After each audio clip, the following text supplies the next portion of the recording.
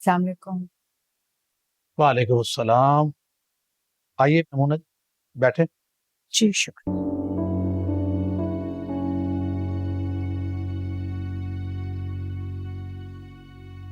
आपने बुलाया था सैयद साहब?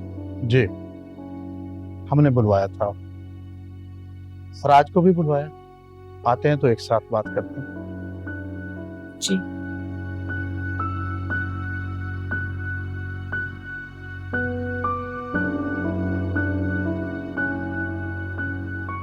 शाबाश।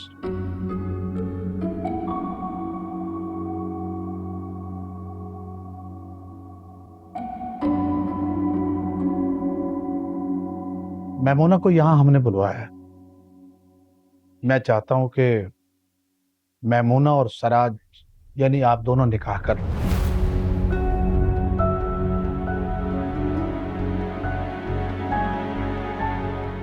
जी सैयद साहब। मैं जानता हूँ आपका कोई ठिकाना नहीं है और बेसाहिबा औरत को नाम देना एक बहुत अच्छा और अजीम अमल है। अल्लाह बहुत खुश होता है। तुम क्या कहते हो सराज? कहीं साहब, मैंने इस पर कुछ सोचा नहीं। रजिया के जाने के बाद मैंने अपनी सारी उम्र बच्चों को पालने में लगा दी, अपना ख्याल ही नहीं रखा। लेकिन ये सच बात है कि मोना जब आती है, मुझसे बात करती है, मेरी दवाइयों का ख्याल रखती है, मुझे गज़लें सुनाती है, तो मुझे बहुत अच्छा लगता है। मगर ये नहीं हो सकता कि मोना बगैर किसी रिश्ते के हमारे साथ रहे। मोहल्ले वाले जब इसके खिलाफ बातें करते हैं तो मुझे अच्छा नहीं लगता। तो लिहाजा मैं इस नतीजे पर पहुंचा हूं कि हमें एक शरई रिश्ते में बन जाना चाहिए।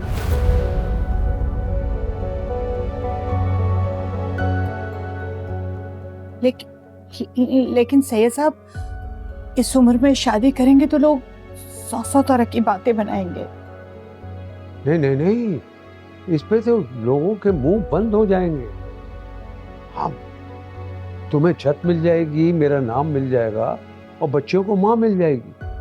देखो ना, अगर रजिया आज होती तो वो इस तरह तुम्हें छोड़ देती? किसी न किसी तरीके से तुम्हारी मदद तो करती ना। देखो, मेरे पास इससे बेहतर तरीका और कोई नहीं है कि मैं तुम्हें अपना नाम दे दूं। ठीक कह रहा है सराज।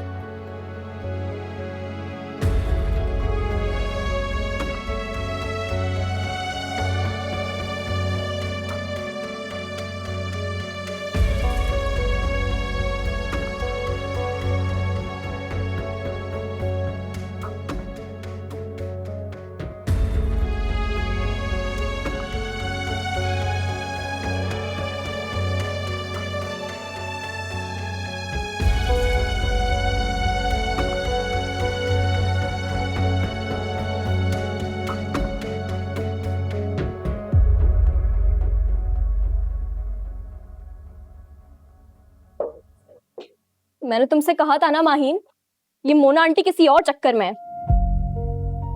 अब समझ आई मेरी बात? मैं तो यहाँ सिर्फ अपने घर को रोती रही, अपने कमरे को रोती रही। ये तो मेरी माँ की जगह लेने चली है यार। मेरे बाप पर, मेरे घर पर कब्जा करने आ गई है यार ये। ईमान प्लीज, बस बस इतना गुस्सा नहीं करना तुझसे। देखो, अब्बा को भी अपनी जिंदगी जीने का हक है ना। अब्बा ने जिंदगी भर दूसरी शादी नहीं की, हम पे सौतेली माँ नहीं लेकर आए क्योंकि हम छोटे थे, खुद अकेले पाला हमें। और अब जब हम अपने हाथ पांव के हो गए हैं तो वो अपनी जिंदगी के बारे में सोच रहे हैं। इसमें कोई गलत बात तो नहीं है। देखो, नरमीन भी अपने घर की हो गई है और कुछ टाइम बाद तुम और मैं भी अपने घर के हो जाएंगे। फिर अब्बा का पीछे से कौन ख्याल रखेगा ईमान? और मोना आंटी भी तो बेसहारा है ना। ये तो अच्छी बात है कि अब्बा उनको सहारा दे रहे हैं, अपना नाम दे रहे हैं, एक छत दे रहे हैं। यार तुम हटो, तुमसे बात ही करना फजूल है। मैं अभी नरमीन को कॉल मिलाती हूँ, उस लाडली को भी तो बताऊं कि अब्बा क्या करने जा रहे हैं। ईमान, कोई जरूरत नहीं है नरमीन को कॉल करने की। क्यों फजूल में अभी आग लगानी है? शाम में आएगी ना वो दावत पे, अभी उसको भड़काने की कोई जरूरत नहीं है। हाँ माही, क्योंकि ना तो तुम्हें फर्क पड़ रहा है और ना ही उसे पड़ेगा। वो तो जा चुकी है यहाँ से शादी करके, और तुम किचन को प्यारी हो गई हो। यार माहीन, समझो, लोग कितना मजाक बनाएंगे कि हमारे अब्बा शादी कर रहे हैं। ईमान, अब्बा शादी कर रहे, कोई गुनाह नहीं कर रहे। और तुम कब से सोचने लगी कि लोग क्या कहेंगे?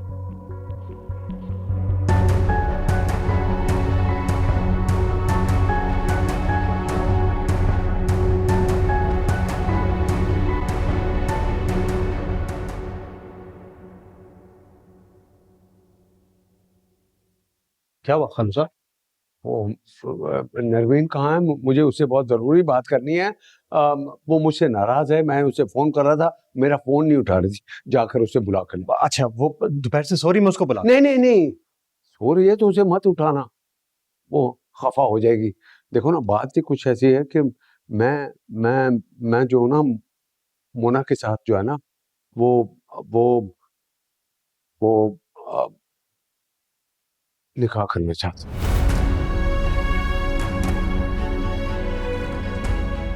जी,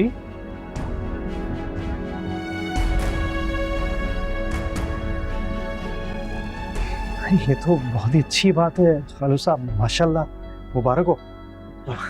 इस तरह तो मोना आंटी को सहारा भी मिल जाएगा और आपकी तन्हाई भी दूर हो जाएगी।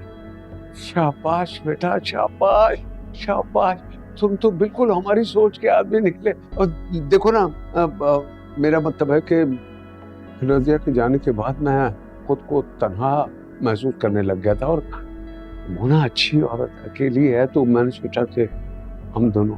जी जी, बेशक बेशक, मैं नरमीन को। नहीं नहीं नहीं नहीं, मैं चलता हूँ। देखो, गवाह में मैंने तुम्हारा नाम रख दिया है। एक गवाह तुम हो और दूसरे गवाह सैयद साहब हैं।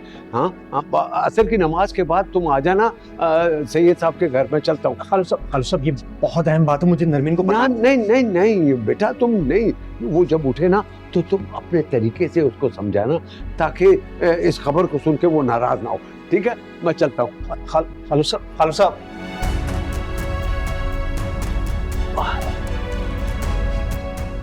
अल्लाह